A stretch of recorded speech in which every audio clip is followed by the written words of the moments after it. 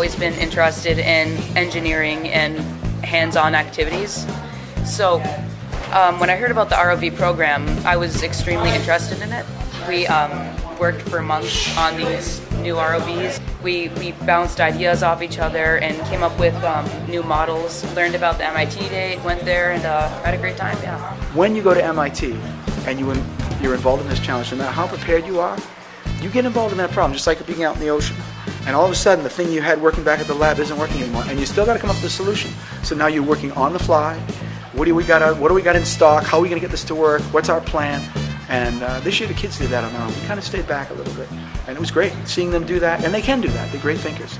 It gives them the experience to think and solve problems. One of the challenges was we had to cut away some pipe and remove some of the debris.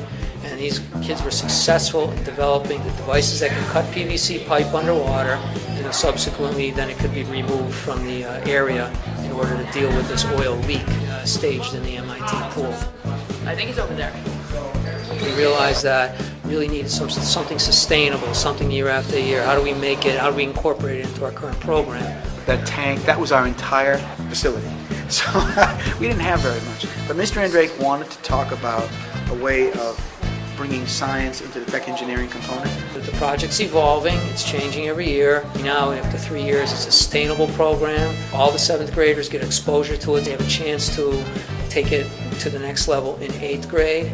And then there are plans to make this part of the program at the high school as well. If you look over there, you can see a new idea we came up with. The cylinder, we put the motor inside there instead of our old idea of having the motor actually in the water. So that actually helped us a lot with buoyancy problems and problems with the motor getting wet.